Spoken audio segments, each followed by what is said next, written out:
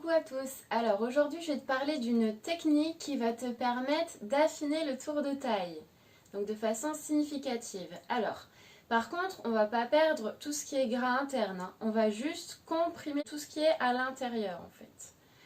Donc on va travailler les abdos hypopressifs par la respiration. Alors le stomac vacuum il a plusieurs bénéfices. Ce stomac vacuum, il va te permettre alors de réduire ton tour de taille, mais aussi de masser tes organes internes, donc au niveau de l'abdomen bien sûr. Il va te permettre de faciliter la digestion et de lutter contre la constipation. Il va te permettre d'améliorer ta concentration et aussi ton apaisement mental. Il va aussi te permettre de te faire du bien au niveau de la colonne vertébrale. Pourquoi? Puisque tu vas bosser ces abdominaux profonds, ça va te permettre un soulagement de tes disques intervertébraux au niveau de ta colonne, ce qui est très intéressant. Ce stomac vacuum va aussi te permettre de réduire le diastasis. Alors, qu'est-ce que le diastasis? Pour faire simple, on a le grand droit, ici, qui est en deux parties. Donc c'est l'abdomen, tout ce qui est superficiel. Alors, le diastasis, c'est l'écart entre les deux parties. Je vais te montrer un moyen simple de voir si ton diastasis est léger, modéré ou sévère, ou normal. Alors ici au sol, comme ceci, on va venir toujours un point entre le menton et le sternum. On va venir faire un crunch. Ici, on va mettre un doigt entre ces deux parties. Ok. Alors, si tu peux mettre un doigt, c'est normal. 2 à 3, diastasis léger. 3 à 4, modéré. Et au-delà de 4, tu as une forme plus sévère. Ah oui, j'ai oublié de te parler. Au niveau de ce stomac vacuum, il est très bon pour les femmes après l'accouchement. Parce que ça va permettre de réduire l'écart qui s'est créé. Par contre, pour les femmes qui ont eu une césarienne, il est important de demander l'avis d'un gynécologue obstétricien. Alors, pour ce stomac vacuum, comment on va le faire? Dans quelles conditions? Déjà, à jeun. Pourquoi? Parce qu'on va écraser tout l'intérieur. Donc si on sort de table et qu'on écrase tout l'intérieur, vous imaginez même pas. Il faut à jeun et après avoir été aux toilettes. Très important. Inutile de le faire, on va dire, si vous êtes réglé, mesdemoiselles, parce qu'on va rajouter un mal à un autre mal. Donc c'est pas nécessaire. Après, si on a subi quelques opérations au niveau, bien sûr, de tout ce qui est abdominal, exercice déconseillé, forcément. Cet exercice, on va le faire alors, pour le bien réaliser tous les jours. Après, si vous ne le réalisez pas tous les jours, c'est pas dramatique non plus, hein. On va faire à peu près 10 fois. Donc ça va durer à chaque fois entre 5 et 30 secondes, voire plus si tu sais bien retenir ta respiration. Et si tu as déjà bien bossé tes abdos internes. Alors, je vais t'expliquer tout d'abord comment on fait. Il y a différentes postures. Alors, il y a les postures simples et les postures combinées avec le gainage. Alors, tu vas doubler, tu vas avoir un effet beaucoup plus bénéfique si tu le fais en position de gainage. Mais bon, après, c'est pas nécessaire, ça travaille aussi en position simple. Ici. Alors, je vais te montrer la position très tranquille. Ici, tu as le bas du dos bien posé au niveau du sol. Qu'est-ce qu'on va faire? On est bien comme ça.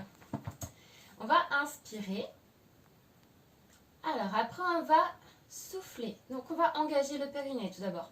Alors, engager le périnée, ça veut dire quoi? Ça veut dire comme si on se retenait de faire pipi. Donc, on inspire. On stop pipi. On souffle doucement. On retient sa respiration et on aspire.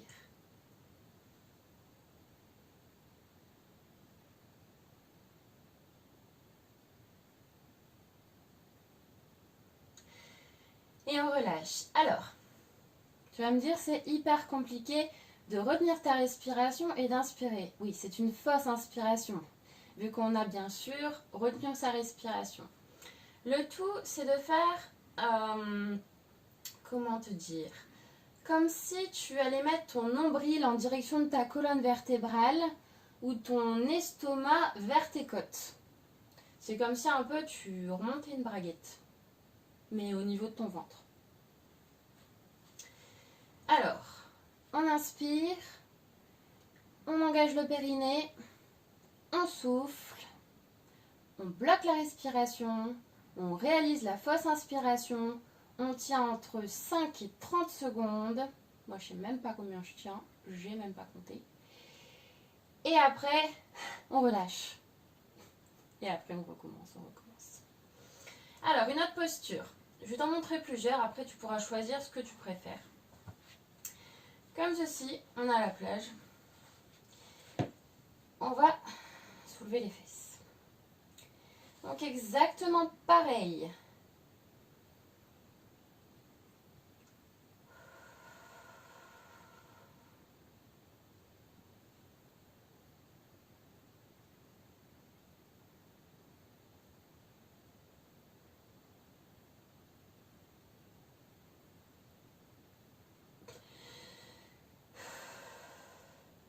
Alors si c'est trop dur, pour toi cette fausse inspiration, alors ici,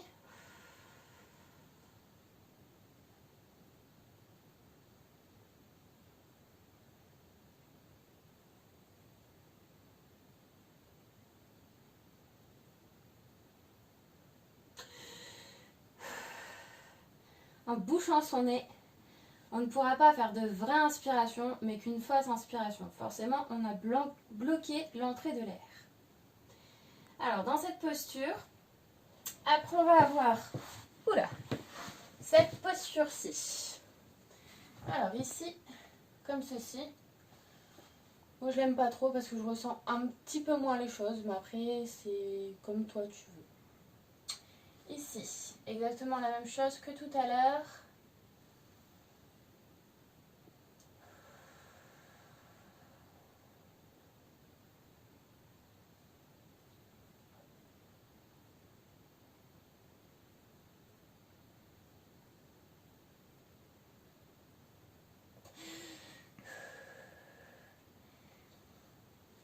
Allez, une deuxième fois.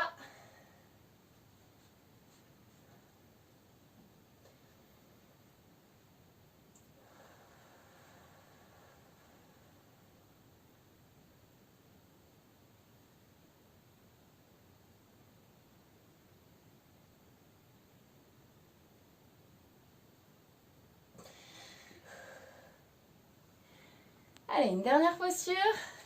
Et après, on a fini. Ici, comme ceci. Alors là, on va un peu se la péter. Alors, je te la fais de face et de côté. Ici.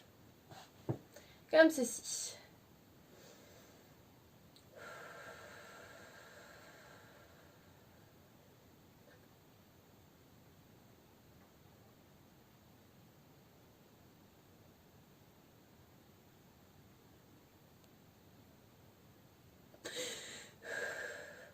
Oui, ça te donne une drôle de tête.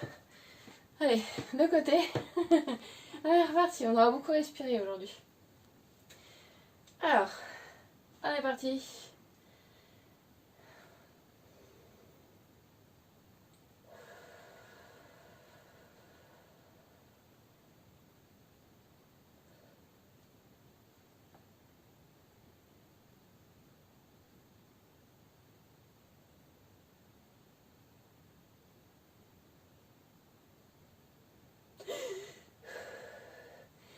Alors, le but, c'est de serrer le plus fort possible.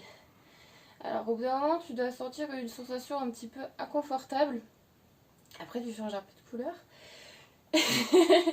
Donc, cet exercice, au fur et à mesure du temps, ça va te permettre vraiment de réduire ton tour de taille. Donc, fais-le. Ça te demande très peu de temps. Donc, ça te demande maximum 5 minutes si tu débutes. Donc, 5 minutes tous les jours. Ou alors, quelques jours que tu zappes. Mais tous les jours c'est mieux. Environ 10 fois, ou alors jusqu'à 5 minutes. Allez, juste un petit effort pour un tour de taille plus réduit. Allez, c'est parti.